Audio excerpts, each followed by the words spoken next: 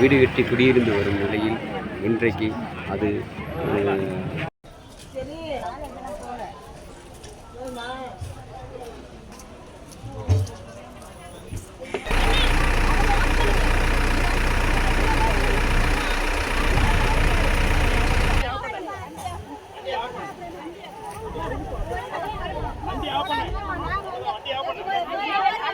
போக முடியாதுங்க. வண்டியில் அதெல்லாம் போக முடியாது.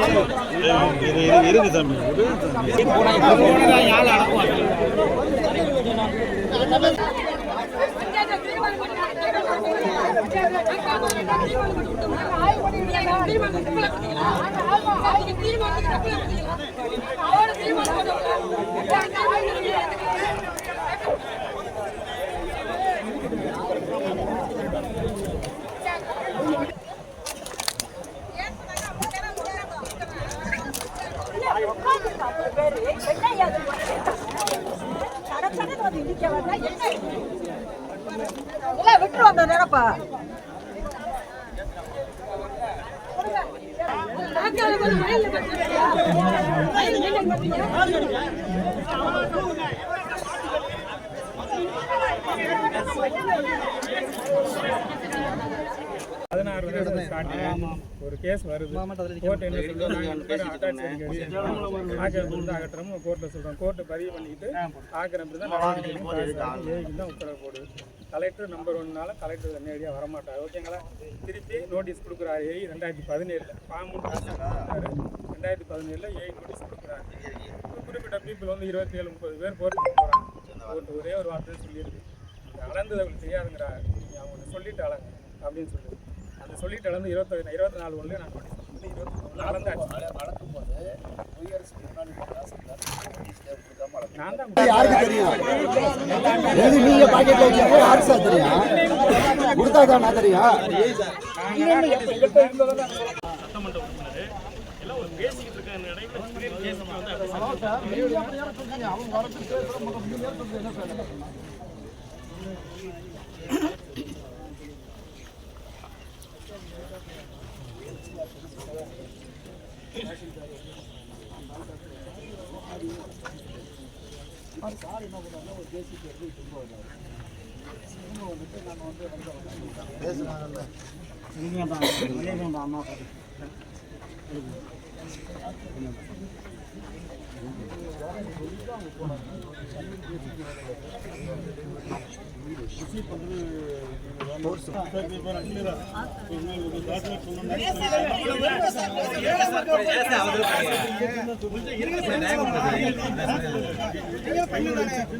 இடையில நல்லா இருக்கானே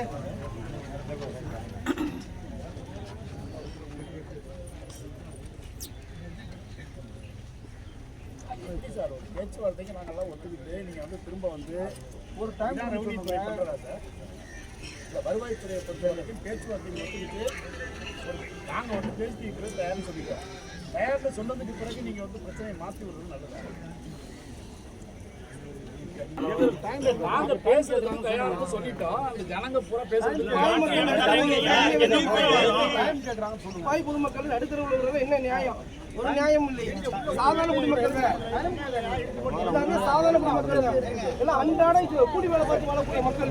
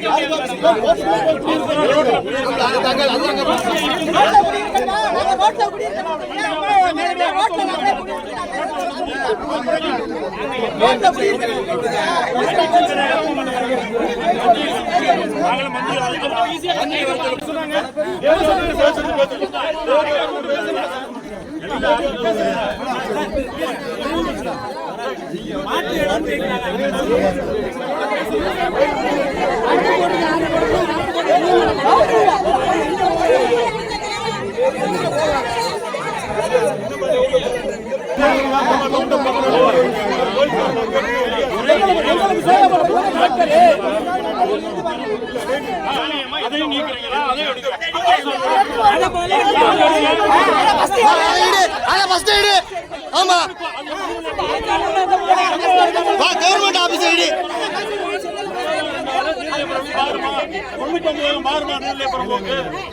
எப்படி அது மட்டும்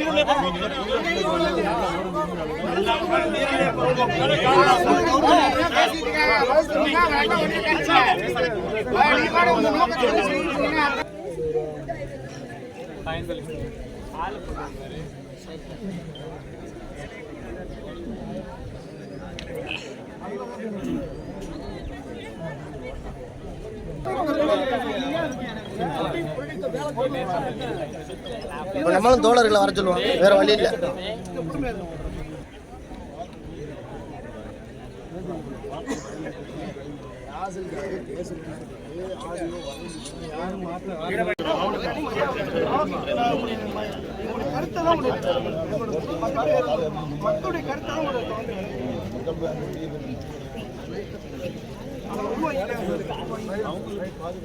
இந்த இயக்கத்தினுடைய தோழர்களுக்கும் மற்றும் அவரோடு வந்து சிறப்பாக பணியாற்றியவர்களுக்கும் மற்ற இந்த நிகழ்ச்சியை வந்து ஒரு கட்சி நிகழ்வாக பார்க்காம பொதுமக்களுடைய கோரிக்கையாக ஏற்பட்ட அனைத்து கட்சியை சார்ந்தவர்களும் வந்து இதில் வந்து கட்சி வேறுபாடு பார்க்காம நின்று இதில் போராடினதுல ரொம்ப சந்தோஷம்.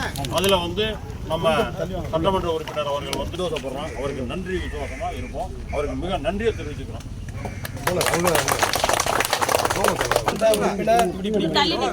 ஏழையுடைய எழுச்சி நாயகன், ஏழையுடைய தோழர், தோழராக இருந்து தொடர்ச்சியாக 22 நாட்களாக நம்முடைய கருத்துக்களை உருவாகி வருகிறார். இதன் அடிப்படையில் இன்று காலையில் 7 மணி அளவிலே நம்முடைய திருமயத்திற்கு வந்து நானும் உங்களுக்கு ஒருவனாக இருந்து பாதுகாப்பேன் இந்த உறுதி கொடுத்தது மட்டுமல்லாது நம்மளை எல்லாத்தையும் அரவணைத்து கட்டுக்கோப்பான இயக்கத்தை நாங்கள் என்பதை வெளிக்காட்டினார். அவர் இந்த முயற்சி எடுத்தமைக்கு திருமய ஊராட்சி மக்களின் சார்பாக நெஞ்சார்ந்து நன்றி தெரிவித்துக் கொள்கின்றோம். எங்களுடைய மக்களின் இன்று மன நிம்மதி அடைவதற்கு முழு முயற்சி எடுத்த நம்முடைய சட்டமன்ற உறுப்பினர் வாசத்துறை சிறத்துறை அவர்களுக்கு மீண்டும் ஒரு நன்றி தெரிவித்து வாய்ப்பு நன்றி.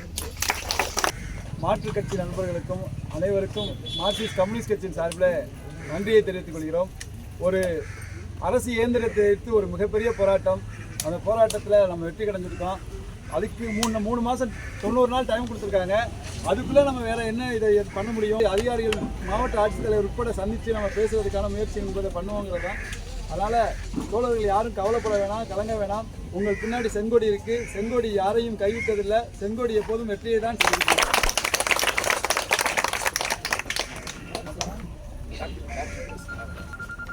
இந்த மாதிரி ஒரு உன்னதமான ஒரு நேர்மையான ஒரு சட்டமன்ற உறுப்பினர் நமக்காக திருமயத்தில் வந்து அவர் தொகுதியை விட்டுட்டு வந்து திருமயத்தில் நமக்காக போராடி இன்னைக்கு ஒரு நிதர்சனமான ஒரு முடிவை நமக்காக வாங்கி கொடுத்தது எங்களுக்கு நாங்கள் ரொம்ப நன்றி கடன்படுறோம். இந்த தாய்மார்கள் எல்லாரும் உங்களுக்கு ரொம்ப நன்றி கடன்படுறோம். உங்களை மாதிரி ஒரு நேர்மையான அரசியல்வாதிகள் இன்னும் நிறைய வர வேண்டியது நாட்டுக்காக மக்களுக்காக நீங்கள் சேவை செய்யணும். நீங்கள் அடுத்த எப்பயுமே நிரந்தரமான தமிழக சட்டமன்றத்தில் இருக்கு வந்து இதில் தான் நம்மகிட்ட அந்த நிகழ்வுகளை விளக்கி உங்கள்கிட்ட பேசுவாங்க. அனைவருக்கும் வணக்கம். லெனின் நகரில் நாம் குடியிருக்கக்கூடிய வீடுகளை இடிக்கக்கூடாது என்று ஜனநாயக வழியில் ஒரு அறப்போராட்டங்கள் அடிப்படையில் ஒரு ஆர்ப்பாட்டம் நடத்தணும். அந்த ஆர்ப்பாட்டத்தில் நம்ம அதிகாரிகளுக்கு பூரா தெரிவித்தோம். மாவட்ட ஆட்சித்தலைவரை சந்தித்து நேரடியாக பேசியிருக்கிறோம். அதுக்கு பிறகு ஊராட்சி மன்ற தலைவர் ஒரு தீர்மானம் போட்டுக்கொண்டு நம்முடைய சேர்மன் நமக்கு ஆதரவாக இருக்கிறாங்க. மாவட்ட கவுன்சிலர், மக்கள் பிரதிநிதிகள் அனைவரும் நம்ம கோரிக்கைக்கு ஆதரவாக இருக்கிறாங்க. நான் திருமயம் சட்டப்பேரவை என்று தனியாக பிரித்து பார்க்கல. புதுக்கோட்டை பிரிப்பதற்கு அனுமதிக்கக்கூடாதுங்கிற அடிப்படையில் தான் நம்ம அந்த போராட்டத்தை முன்னெடுக்கிறோம். இது இன்னைக்கு நேற்று அல்ல, கடந்த 10 ஆண்டுகளாக நாம் இந்த போராட்டத்தை தொடர்ச்சியாக நடத்திக்கிட்டே இருக்கிறோம். மாவட்டத்தில் எந்த வீடுகளையும் மாற்றி ஏற்பாடு செய்யாமல் நீங்கள் இடிக்கக்கூடாது. ஏழை எளிய மக்களை, பாவப்பட்ட மக்களை, உழைக்கிற மக்களை அத்துமீறி உங்களுடைய விருப்பம் போல நீங்கள் எதை கண்ணாமூச்சி விளையாட்டு விளையாடுறது மாதிரி நீங்கள் செய்யக்கூடாதுங்கிற அடிப்படையில் தான் நம்ம அரசாங்கத்துக்கு தெரிவிச்சிருக்கிறோம். இப்போ சட்டப்பேரவை உறுப்பினர் ஆனதுக்கு பிறகு தமிழ்நாடு முழுவதும் இருக்கிற வீடுகளை பாதுகாப்பதற்கான போராட்டத்தை நாம் நடத்தி கொண்டிருக்கிறோம். இதில் லெனின் நகரில் நம்முடைய ஜீவானந்தம், அதோடு இருக்கக்கூடிய நம்முடைய தோழர்கள் முழுவதும் பார்த்தீங்கன்னா ஏறக்குறைய 50 ஆண்டுகளுக்கு மேலாக இங்கே இருக்கிறாங்க. நம்ம ஒரு 35 ஆண்டுகளாக இங்கே வரப்போக நம்ம இருக்கிறோம். இந்த வீடுகள் எப்படி வந்தது போனது என்பது எல்லாம் தெரியும். இன்னும் பார்த்தீங்கன்னா வீரமணி அப்பப்போ இதை சொல்லிக்கிட்டே இருக்காரு, என்ன நடக்குதுன்னு சொல்லிக்கிட்டே இருக்காரு. இவ்வளவு பிரச்சனைகள் நடக்கிறது என்று தெரிந்ததற்கு பிறகும் கூட மாவட்ட ஆட்சித்தலைவர்கிட்ட நம்ம முறையாக இந்த இடத்துக்கு பட்டா வேணும்னு நம்ம கேட்டோம். ஆனால் இன்னைக்கு வரைக்கும் அவங்க முயற்சி பண்ணாமல் அத்துமீறி அவங்க என்ன பண்ணுறாங்கன்னா ஜேசிபி இந்த கொல்லப்புற வழியாக கொண்டு வர்றாங்க. காலையில் நாங்கள் வருவதற்கு முன்னாடி போலீஸை கொண்டு போய் அந்த பக்கம் நிறுத்தியிருந்தாங்க. அந்த பக்கம்னா வெட்டி கண்மாய் வழியாக உள்ளே வர்றதுக்கான முயற்சி அவங்க எடுக்கிறாங்க. எந்த வழியில் வந்தாலும் நம்மளை மீறி ஒரு பிடி மண்ணை கூட அவர்கள் எடுப்பதற்கு நாங்கள் அனுமதிக்க மாட்டாங்க. உறுதியாக நம்ம நின்றோம்.